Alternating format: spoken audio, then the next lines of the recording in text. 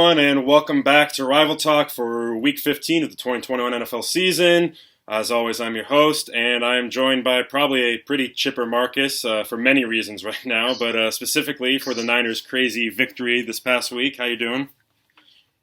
Hey, I'm doing pretty good. That was a crazy victory, and I want to while we're just talking real quick, I want to invite your future wife to come on camera. I know she's back there. Will she do that? Well, this is a very spur of the moment thing here. All right, so she'll come over, I guess. Hey guys! All right. Wow, look at that. I don't see her, but she does exist, I think. Yep, she's not a figment of my imagination. All right, well, we're chugging along in the season. It's hard to believe there's only, 4 weeks left now, so that's kind of crazy to think. And it's kind of getting dicey right now as the NFL is getting kind of hit hard by COVID right now. There's a lot going on in that area. Specifically the Rams, too, which we'll get to that more later. But, the last couple weeks have been pretty good to me. I've gone 9-3 the last couple weeks, going 5-1 last week, so bring myself to 33-36, so I'm not totally dead yet, clawing my way back. Marcus, you go 3-2, so that brings you to 37-32, so it's getting tight. So yeah, congrats on your victory. Well, I'll be sure to order your shirts here probably around Christmas time, so... Right. I already have yours ordered. I just need to hit accept on the credit card button there, so it's going to happen. We'll see about that. But speaking of tight, these playoff races right now, there's some pretty super tight playoff races as well. So I don't think anyone's clinched yet, which I think that's the first time nobody's clinched by this time since 2017. I want to say. So just things remain tight. So. Even the Arizona Cardinals haven't clinched yet either? Nope, they would have clinched last night, but that didn't happen. So. Wow. Oh, yeah, they're not even number one anymore. You're right. Nope, about that. Okay. the Packers are now number one. So, I guess before we get the picks, we've been updating you every week. Fantasy football, we're getting the playoffs now. Marcus, unfortunately, your season is over, but you did get your first regular season victory against me, so congratulations on that. Wow, yeah, that was, I really cared about that. That's awesome. Well, that finishes you at 6-8, finishes me at 10-4, so most losses I've had since 2017, but I'll just move on from that, I guess. Oh my God, okay, all right, okay. So we'll see what happens between the 5 and 4 seeds for our league as they are in the play-in game this week, or we'll play-in playoff game, whatever you want to call it. So that's all we got for the intro there, I guess, unless you have anything you want to add in there, Marcus. Any other spur-of-the-moment things? No, I don't. Maybe I would have until you just downed me with that fantasy football talk, and now I don't know. Seem to be feeling pretty spontaneous among other things right now, so... No, yeah. Do you want? I was at a work Christmas party tonight, so I think everything's going to be all right. There will be no cussing. I will make sure of that. Tell me one thing. Did you feel God in that Chili's tonight? Did I what? Did you feel God in that Chili's tonight? No. That's an office thing. Yeah, that's an office. No, I didn't. So only the people who know the office are going to get that. I thought that's what you meant when you said that, but I wasn't quite sure. Yeah, that's yep. No, I did not, unfortunately. All right. Well, we'll get to the good stuff now, or the semi-good stuff. So the picks for Week 15. So we'll start with our 2 primetime games. So the first primetime game, Thursday night this week. This is actually being recorded earlier this week, so we will actually have this out before the Thursday night game, so it's not rigged this week. Kansas City Chiefs and Los Angeles Chargers. This is going to be a good one. I'm definitely invested in this one, so what do you got for this one? Yeah, I actually do think it will be a very good game, but I do think at the end KC is kind of going to pull away. So I'm going to go KC over the Chargers by 8. But I think it's going to be closer than that score kind of indicates. But Kansas City is just, it's kind of crazy the turnaround they've had. They went from bad on offense and defense to elite on offense and defense in about 4 or 5 weeks. It's kind of weird. Yeah, kind of weird and kind of scary. I don't know if I'd say the offense is quite elite. I guess you could say the offense has evolved in a way. They've figured out how to work around because they've been facing so much too deep now to take away their usual offense. So they figured out how to evolve now. So, but yeah, it is like Mahomes is not he's definitely not Mahomes of like 2 years ago or whatever, when he was at his best, or even 1 year ago, I guess. But I do think they definitely need some more receiver help. But other than that, and maybe a good running back, but that would definitely help them. But yeah, they're evolved is a good word. I think you're right about that. Sure. All right. Well, I'm gonna also go with the Chiefs by 1. I was leaning Chargers, but I think I'm gonna play it safe since I'm playing the strategic route here to try to catch up to you. So I'm gonna play it safe and just take the same one here and take the Chiefs by 1 over the Chargers. Though I wouldn't be surprised if the Chargers win this game. So. I kind of would. I kind of would be surprised. Well, it's a divisional game. Remember, you never know with divisional games. That's true. That's true. All right, second primetime game we're doing this week, the Buccaneers and the Saints. The Saints have owned the Buccaneers in the regular season so far, but I think at this point it's really a no-brainer. So who are you taking this one? Yeah, this is gonna. I got Tampa Bay over New Orleans by 11, and yeah, you're right. They've kind of owned them since 2 years ago or whatever that they beat them week 1. It was very surprising. That probably must have been last year, but. Yeah, Taysom Hill is. Yeah, it's fun to watch him run. I guess he gets fantasy points, but that's about it. Yeah, he sure does. That doesn't win you games all the time in the real NFL, though. So yeah, I'm definitely going Tampa Bay by 11. Yeah, and I'm taking Tampa Bay by 8. It's not really, that could be considered a lock of the week, honestly. So. Yeah, for sure. And speaking of locks, what do you got for your lock this week? Well, there were kind of a few that I liked in this one, but I'm going to go Miami off of a bye versus the New York Jets by 8 points in this one. All right. Yep, Dolphins have been playing better lately, so really liking Jalen Waddle. I think he's got a bright future there. And honestly, Tua has looked. He's looked pretty good too. Less like a bust as every week passes, basically. He's been pretty efficient. Yeah. All right, my lock for this week, I'm taking the Cardinals over the Lions by 14. That might be a bit of a cop-out as a lock, but you know what? It's a lock, so Cardinals by 14. All right, upset. You want that jersey. I get it. Upset. There's definitely some stories behind this week's upsets, but, what are you taking for your upset this week? Well, I initially had the Patriots over the Colts. Even though Vegas said it's an upset, I was told it's not. I mean, real upset. Yeah, come on. I don't know who's making that book out in Vegas, but they're ridiculous. That's not Patriots being the Colts is not an upset. Like I told you over text, literally the only reason I picked that was because I knew you would get bent out of shape about it, and it worked. My job was done. Okay, so now that we're getting on to the real stuff, I'm going to go as my upset is the Houston Texans over the Jacksonville Jaguars by 2 points. Man, that's America's game of the week right there. Everyone's going to be watching that one. Oh, my God, yes. I can't wait. All right, my upset this week, I'm taking the Steelers over the Titans by 3. I think the Steelers are due for a little bit of a bounce back. You know, they're still a solid team. They have some good pieces there. I think the Titans are prone to slip-ups here and there, so I think the Steelers could catch a Titans sleeping this week and pull off the upset. So I'm taking the Steelers by 3. All right. It's crazy how Tennessee keeps winning, I would say. Yeah, even honestly, though they don't have Henry to lean on, because Tannehill is okay, but he's not. It's like saying Jimmy Garoppolo is okay, I guess.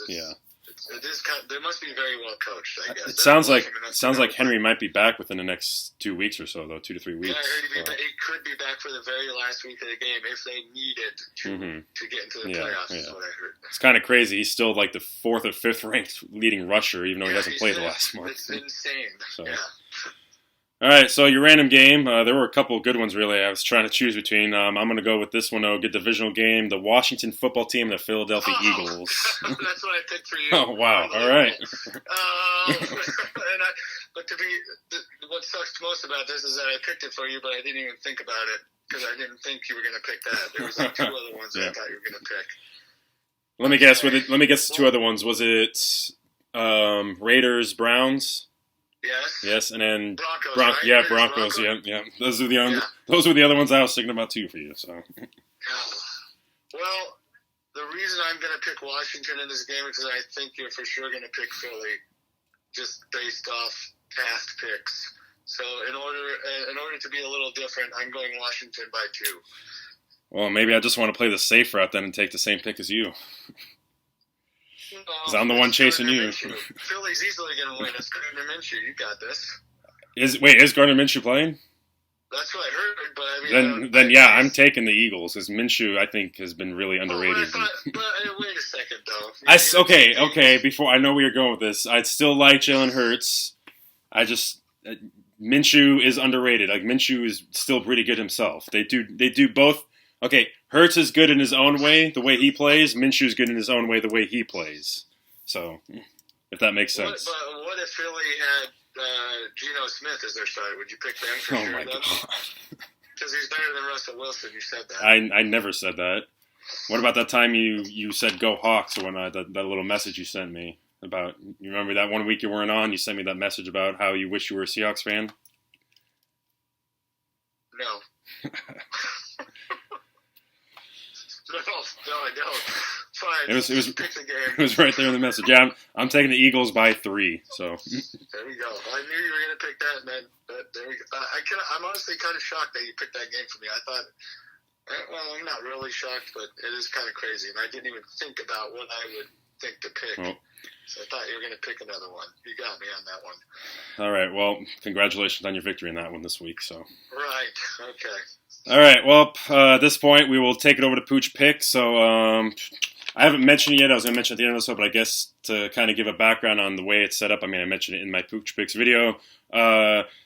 Video is going to be a little different after these next couple weeks. I'm going out of town, so they're going to look a little different. We're still going to figure out how that's going to look, but since I'm going to be out of town, I decided just to go ahead and film the next 3 games for Pooch Picks. So that's this week's Saints-Buccaneers, Week 16 Cowboys-Washington football team, and then Week 17 Packers-Vikings.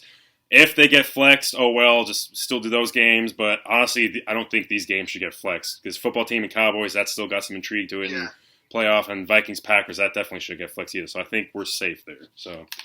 I would think so, yeah. But we got Drake. I'll just have Annabelle pick the same picks that you guys did anyway, so we'll be all right. So we got Drake at 10-7, Diogi at 9-8 as they picked the Packers and were correct. And Annabelle, hey, for the first half she had it there. She had it there for the first half, but got to play a whole game. So she drops at 3-3, still better than Henry though. So overall the French household's at 6-11. So. Ooh. Well, I mean, yeah, it is what it is, right? Yeah. All right, so Pooch Picks, Week 15, Saints-Buccaneers, here we go. Who let the dogs out? Who let the dogs out? Who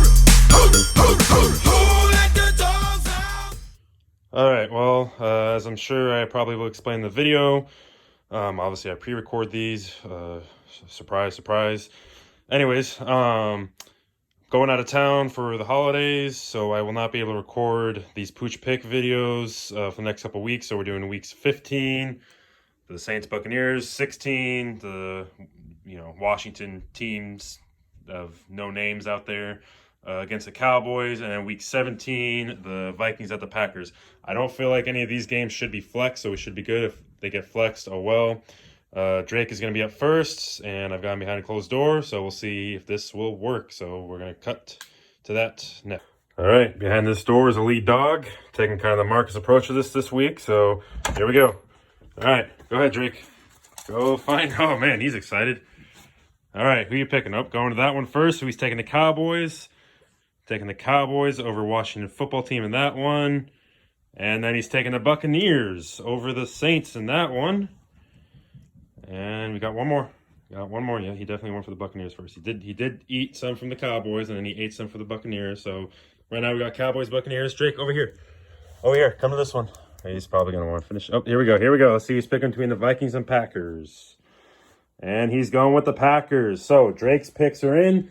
He's got Buccaneers over the Saints in Week 15. Cowboys over the Washington football team in Week 16. He did take some of that cheese. And then the Packers over the Vikings in Week 17. So we'll see how Drake does. Right now he is 10-7. Yep, 10-7 right now. So we'll see how he does. All right, now we have Diogi behind this door, ready to make his picks. Same setup as Drake. Diogi right now himself is 9-8 on a nice little winning streak after that long losing streak. So we'll see who Diogi's going to take. So here we go. Here he comes. All right. Go ahead. All right. Drake actually ran, so. All right. Who are you picking, Dioji? All right. Oh, he got the Cowboys. He did eat the Cowboys. Go ahead. So, we got Cowboys. He's picking the Cowboys over Washington football team in Week 16. All right. What about the other ones? Who are you picking over here? Oh, over here. He's going for the Packers as well. Cowboys, Packers so far. Got one more, Dioji. Over here. What up? Coming to you live from the man cave basement this time. Wow, how awesome. Don't you dare. Don't. This is going to be tough. They already know what's happening. New Orleans Saints. Tampa Bay Bucks. Annabelle, go ahead. Why is this? Well, she ate the piece of paper as well. She picked the Buccaneers. And I don't know why it was very blurry, but we're back. Nobody wants the rest of it? Yeah, she definitely ate that piece of paper. It's gone. There you go. Oh, there you go. All right, we're back, and lots of parity this week as all the dogs are picking the Buccaneers. So, I mean, they should be picking the Buccaneers. So, I'd say Drake and Dioji. I know, Marcus, you haven't seen the video yet, but I kind of set up similar to how you have done it with having one of them behind a door, and then I just set up the three different games along in a line. So they did pretty well with it. Drake was very hippity-hoppity about it. He came running out of the door, so he was very excited about it. Meanwhile, Annabelle really seems to be high on the Buccaneers this week. She ate the snack and the entire paper, so... Yeah, she is apparently, I think, eating the piece of paper with Buccaneers on it means she predicts a blowout. I think that's what it seems like. Yeah, she after what happened last week, she wanted to make it clear that she knew who she was taking this week. So, by the way, she's literally right next to me right now. She's fine. The paper didn't harm her in any way. All right, that's good. But we do have to mention we hadn't seen him for a couple weeks, but Henry he tried to get back in there. It looks like so. I think he was a little ticked off that after. Don't you dare to him! Yeah, he really wanted to get in on this, but unfortunately he didn't perform. I think he felt that after the whole Bears debacle last week, he was going to get a chance to get back in, but not quite, I guess. I was very disappointed in her last week in that one, but yeah, the off season is gonna determine who comes out next year as the Pooch Picker. Right. Yep, it's all about that off-season training. Correct. All right, well, we'll get into our teams now. So, Marcus, your 49ers, got a quick word about them? Oh, my gosh. Well, I mean, this is the second week in a row that they've I guess the week before they did blow a game. This week they tried to blow it. They were up, I believe, 20-6 in the fourth quarter, kind of mid-fourth quarter. Yeah. And the Bengals ended up tying it and scoring the first points in overtime. I honestly thought it was over. I thought the 49ers had lost that game for sure. But Jimmy Garoppolo was 7 of 7 on that last drive in overtime. 7 passes. We ran the ball 0 times in that overtime. 7 of 7 for Garoppolo. A couple of great catches by Juwan Jennings and George Kittle. I don't know if you saw the replay for one of Kittle's catches, but it was a full extension, jumped in the air, third down catch to keep the drive alive. It was great. And then Brandon Ayuk with the, I believe, about 17-yard touchdown scamper to end the game. It was quite unexpected, I would say. I thought it was over. I really did. So, overall, it was a good win. Cincinnati's a good team, no matter what. That sucks that we had to give up the game like that, but sometimes winning games like that will build character in the end, so I'll take it. Mm-hmm. So, who do you got this week? We got versus. I actually looked it up this time. It is a home game. I know I'm very bad at that. It's 49ers at home against the Atlanta Falcons. Wow. And so, congratulations on your victory. What was that? Congratulations on your victory. Oh my God! I mean, no, I'm not going to say that because I remember in 2019 we played the Atlanta Falcons and we were about 10-2 at the time. I gotta. beat us with. Sorry, real quick. I gotta give a shout out though, because my fiance, I remember that game. Actually called the Falcons winning that game. In 2019? Yep. Yeah, well, I think I probably wasn't like overly confident, like I never am about it either, but it definitely was a kind of, because Atlanta was definitely well under 500 at that time. Yeah. And we were the number 1 seed in the AFC, and I think after we lost that game, the Packers took over. No, the Seahawks No, did. you did. I remember that. Yeah, I remember that. Yeah. The Seahawks did. Yeah, I remember now. Yep, because I was very depressed after that game. Yeah. Well, I was very depressed 2 weeks later, which we'll get to here later. So. Yeah, you will. Probably will. Anyways, back to the topic at hand. Yes. Anyways, I'm not gonna go ahead and call this game for the 49ers at all. Atlanta's a weird team. Somehow they look terrible in all of their games. I don't know how they do it, but somehow they're like 6 and 7 and right in the thick of the playoff picture. I know the NFC at the bottom is pretty much garbage, but I at the beginning of the season, Atlanta was my sleeper team, but not like this. I didn't think they really haven't looked good, but they still keep winning games somehow. Yeah. So I gotta say that's probably what happens when you have a veteran quarterback like Matt Ryan. You just find ways to win. I mean that's definitely a stabilizing force for them. And I do think Arthur Smith is a pretty decent head coach. Mm-hmm. I think he'll get better and better as the time goes on there. I mean, Atlanta does not really have a true running game. Cordero Patterson is an excellent player. Swiss Army no knife. Yeah. But he's not a give the ball to him to run up the middle 20, 25 times type of guy. You can't establish a run in Atlanta, I guess is what I'm trying to say. Mm-hmm. And that's what the Niners are going to need to do, no doubt. They just got to control the clock and not let Atlanta get big plays with Patterson, which that's all he's done all year is get big plays. It just sometimes I'll look up and he's on my fantasy team in a couple of leagues. He's on yours in this league, but he'll have 0 points for the longest time. Then all of a sudden he's got a 40-yard touchdown. It just comes out of nowhere sometimes, and then he kind of dominates the game after that.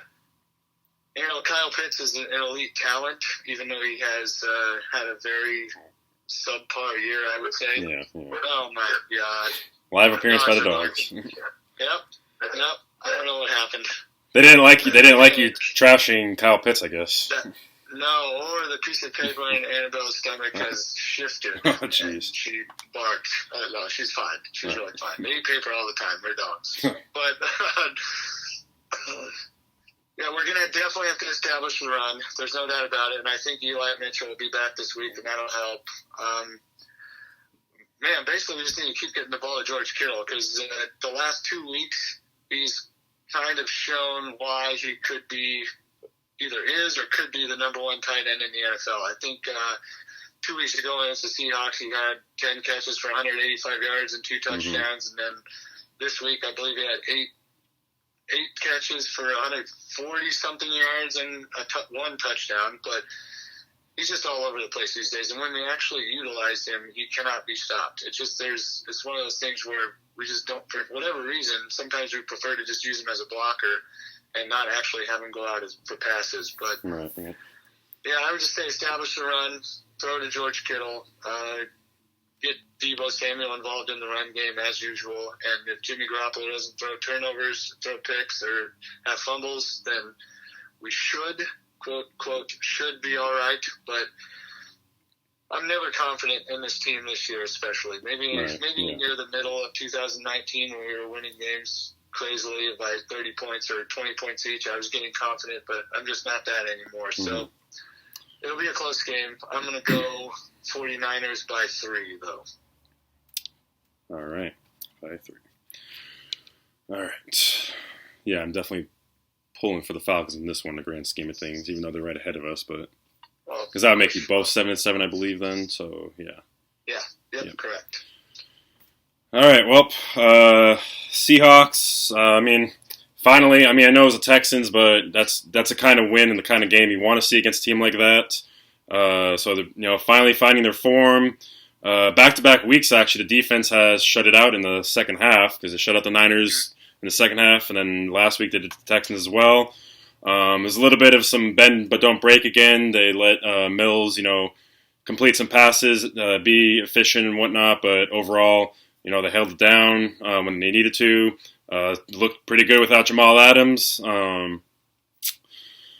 Who was the starter in place of him? I wasn't. Ryan Neal. Yeah, Ryan. So it's just back to Ryan Neal back there. So. The guy that dominated the 49ers the first game. Yeah. I Which I will say he definitely is better in coverage, obviously, than Jamal Adams. So it's an upgrade in coverage scheme wise. So. Yeah. Russell, second straight week. I think it's safe to say Russell truly is healthy now. He's throwing the ball like we always have expected Russell to throw the ball. Beautiful deep balls. Those moon balls are back. He's firmly and truly back, and I firmly and truly believe that he pushed it too much. And I'm not saying Geno Smith is better, but I wonder if we could have had a better chance in those other games, and we would not have beaten the Packers with Geno Smith, obviously, but. I feel like we could have maybe had a better chance against the Cardinals, possibly. So, because obviously the last couple weeks Russell is back. So, And Rashad Penny, we'll find out if this is real or mirage. I want to give it another week or two, but because he usually will have one or two good games, and then he'll either get injured or just fall flat and disappear off the face of the earth. So, I'm not going to say anything either way. If he truly is finally finding his potential, then great. That's great for us. But I need to see it a couple more times more consistently because this always happens. He has a great game or two, and then he falls off or gets injured. So we'll see where that stands. I did text you numerous times during that game about Rashad Penny. Yes, you did. Yeah. And I said the same thing. Wait and see. To cut him many times. Well, I'm saying the same thing. Wait and see, because it's the same story over and over with him. So, like I said, I think I told you, CJ Procise 2.0. He has good game here and there, but he can be made of glass sometimes. So, it's true. All right, but this week the Rams always a week I hate. I hate that team. I hate that coach. I love their wide receiver though. That's about the only thing I love from the Rams. But their fate may be in the fortune of the Seahawks right now as the Rams are being hit hard by COVID and they are in intensive protocols, which means they're completely shut down and doing everything virtual. So, I don't know the official rules, but if I remember, wasn't it stated that if a team gets one too many positive tests that they have to forfeit the game? Wasn't that one of the things? I'm pretty sure that was a rule before the season and everybody thought it was never going to happen, but yeah. We'll see what happens, but with the way things are going with the Rams right now, I don't want to win a game by default, but against the Rams, if it can happen against the Rams, then great, sure, I'll take the 31-0 victory by default. It's not ideal, but I'd take a forfeit win. Yeah, I would take it too, because again, this is the game. This is the game for me that I was saying, if we win this game, I will fully believe and be on board that we can win out and potentially have a path to the playoffs if other things fall in our favor. Because if we win this game, I'm still not high on the Cardinals. I know the Cardinals are 10-3, but I think it's a mirage 10-3, and I believe they can beat the Cardinals in the season. So they win this game, they can beat Chicago and Detroit, and then I believe they can beat Arizona. So it's this game. This is the game that's going to determine it for the Seahawks. So. Yeah, I kind of agree with you, and I'd also say if that happens, then your prediction of possibly 4 NFC West playoff teams true. I was going to mention that, because if the Niners can find their way in too, then we could possibly have those all four teams in, which would be pretty cool. So Either way, even the Rams don't have to forfeit, which overall I hope they don't have to forfeit. I'd like the game to be played. They're still going to be, they're going to be hit by the whole COVID stuff, not practicing, not training, and all that. So the Seahawks, they have a slight advantage this week. So. Congratulations on your victory. Well, okay, but still, it is the Rams, and the Rams own the Seahawks the way the Seahawks own the 49ers, and so. Yeah. Anyways, the keys I would have for this week, contain the Rams offense, whatever it's going to look like, still have to contain it because Sean McVay seems to have Pete Carroll's number, so just contain it, bend but don't break, if they get in field goal range, home the field goals, lock them down in the red zone. Seahawks have had pretty good red zone defense, so keep that going. Create turnovers. I still want to see more turnovers being created. Stafford the last month or so has been susceptible to his Detroit self, so force him into some uncomfortable situations and get some turnovers created there. And then finally, this is going to be key to winning this game and keeping their offense off the field. Convert third downs and red zone opportunities. Seahawks have been doing better the last couple of weeks at converting in third downs. I still feel like they could be better in the red zone. And then even a little bit beyond the red zone, like 20 to 30-yard line. I think Peyton Manning usually has called that like the green zone. I think I've heard him on the Manning cast. So just convert those opportunities and keep that going there. And so if we can do all three of those things, I think we have a good shot at winning this game. And again, we'll see what happens with the whole COVID stuff, but I hope the game is played. And I'll take it if it's a little easier for the Seahawks, but it's the Rams. It's never easy. But I'm going to go ahead and take the Seahawks by 3. So, I don't want to pick the Rams and it end up being a forfeit, and boom, I lost that. So, I'm God, I never even thought about that. Yeah. So I'm going to take the Seahawks by 3. Again, going down with the ship if they lose. So. I want to give a shout out. Didn't Gerald Everett had an actual red zone touchdown? He did. He had a touchdown, though. It was if they had the pylon angle of it, I'm not sure if he got in, but I'd give it to him. Yeah. So I was watching it. I love. Is he gonna fumble? If you saw him when he caught the ball, man, he was holding on to that thing for dear life every time he caught the ball. So. That's literally the only reason we even had a close shot in that last game. Yeah, it literally is. Otherwise, we might have dropped a 50 burger, honestly. Yep, for sure. All right, well, there's all our picks. We'll try to get going through this a little quicker. This episode's going a little longer again. It is what it is, I guess. So this week, we did top 5 best games last week, so we got to balance out all that this week. We got to come down from our euphoria and just put ourselves in a pit of misery this week and relive our top 5 worst games. So, Marcus, I don't know if you had any honorable mentions. I don't think you did, so if you want to just jump into your top 5 for your top 5 worst games. Yeah, I didn't want to even think about honorable mentions. It's already painful enough coming up with the top 5, so I'll go a little quickly with this. Number 5, 1998 divisional playoffs at the Atlanta Falcons. I think we would have won that game, but Garrison Hurst broke his leg or ankle on the very first play of the game. And we ended up losing, and the Falcons then ended up losing to the Broncos, John Elway. So there's that. Number 4, 2011 NFC Championship game versus the New York Giants. That was where we had the lead. Kyle Williams, our punt returner, fumbled 2 punts in the fourth quarter to lose the game. That was pretty deflating, clearly. Yeah. I couldn't imagine losing like that. Oh, it was. He got death threats, and we shouldn't. I know that's happened. But let's just say it was bad. Mm-hmm. So number 3, I'm going to go the 2012 Super Bowl. XLVII.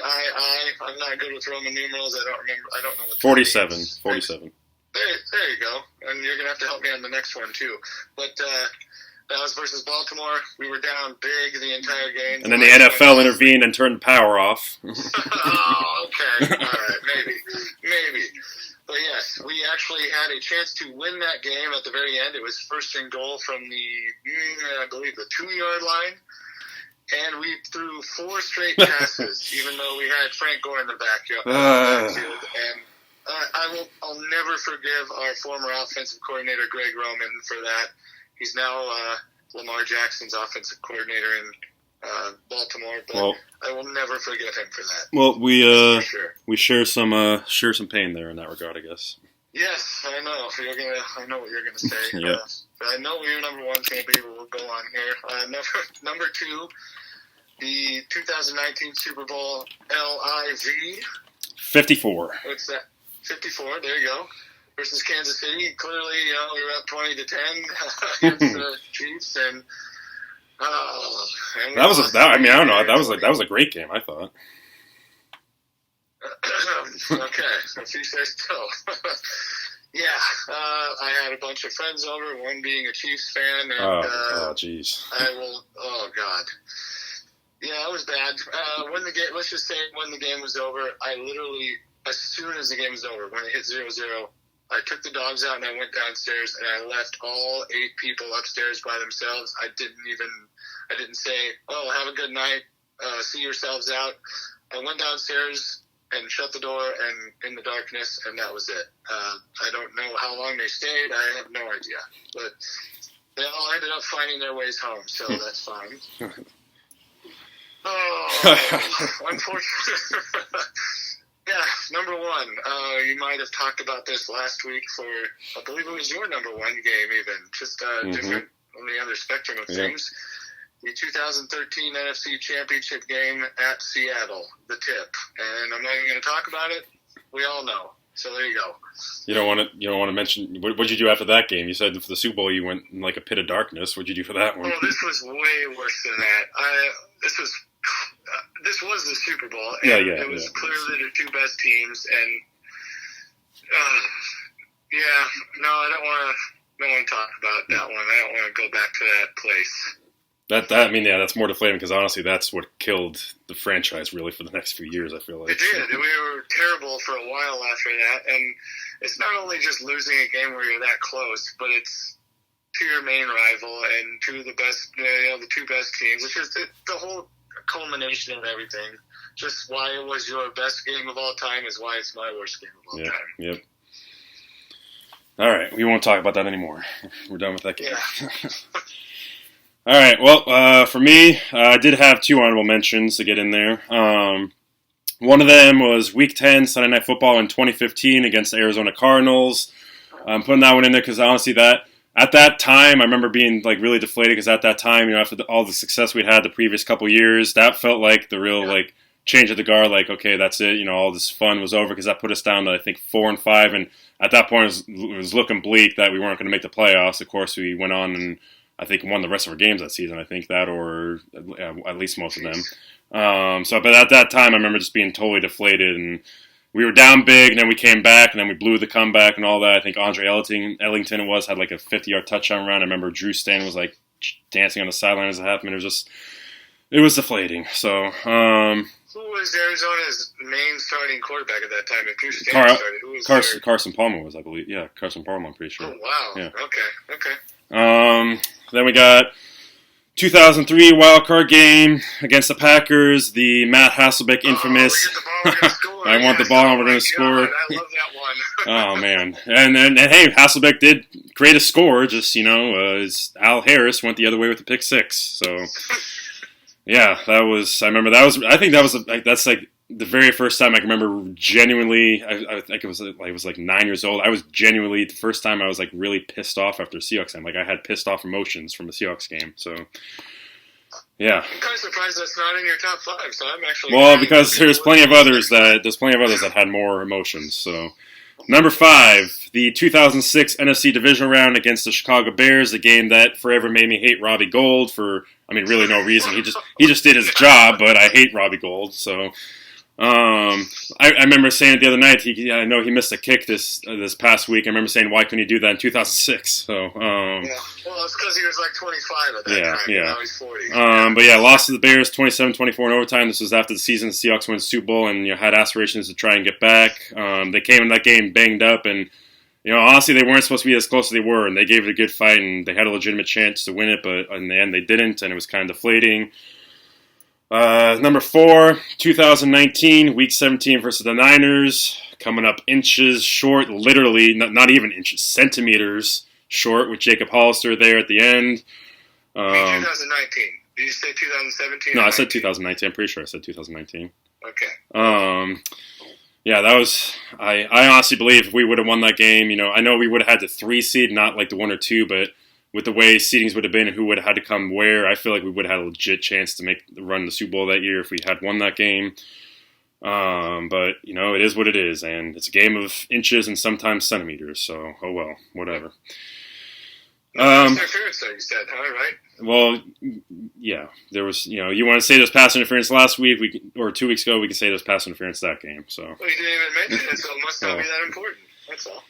Anyways, number 3, Super Bowl 40, losing to the refs, 21-10. I really don't even want to talk about the game. This is the one game that I can't even to this day go back and watch highlights of because I just get pissed off. It's bad when a ref apologizes. Right? Yeah, it's bad when a ref apologizes a couple years later, even writes a book about it. It's bad. So I don't even want to talk about that because that game still boils my blood.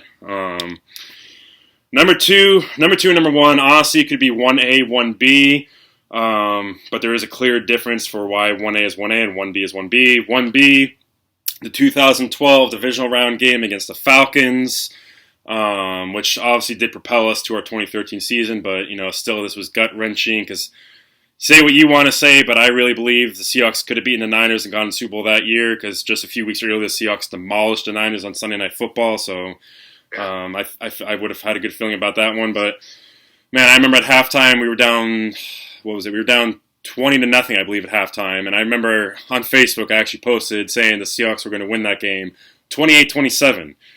And then 30 seconds left, they were up 28-27. I was feeling pretty good about myself. And then Bobby Wagner, being the rookie that he was, went for the interception on a Tony Gonzalez pass catch that he should have gone for, just keep him in front of him and all that. And ended up Gonzalez getting enough yardage to get in field goal range. And, the Falcons ended up winning 30-28 when all the Seahawks had to do was hold them for 30 seconds. So that was excruciating. To come back like that, be so close, and the kind of season that was and all that, that was excruciating. But now, this is just off the top of my head, but I'm almost positive, too, that the Niners were down to the Falcons. Yeah, you guys completed your comeback. Late third quarter in that game. Yeah, you guys completed your comeback, so congratulations on that. Yeah. All right, number one. God, you all know what this is. Super Bowl 49 against the Patriots. I mean, from a football fan perspective, it's one of the best Super Bowls of all time. Top three, got to be, because, that game was just back and forth and tight all the way through. But from my perspective, that was one of the worst nights of my life.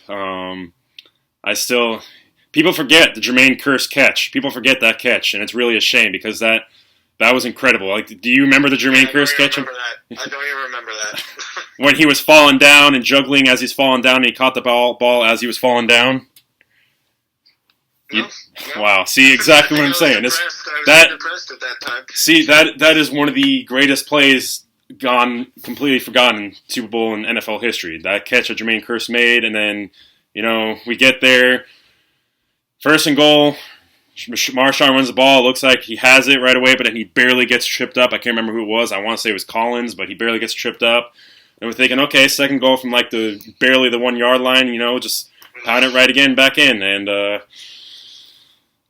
don't hate the decision to throw the ball there. I hate the play call, the actual call the play that was called. But I don't ship it to the corner of the end zone. Yeah, it's something that's 50-50 or going to be incomplete. Yep. But they can throw away. That once that ball was picked off, I blacked out for about 15 to 20 minutes. I blacked out in a rage of emotion. Well, I blacked out in rage and depression, and just I kind of just sat and stared at my wall for an hour or two, and that's really the night though that I had a revelation. It's like, why does this matter this much to me? And that honestly, that kind of helped me take a step back a little bit and not be too emotionally invested in it. So.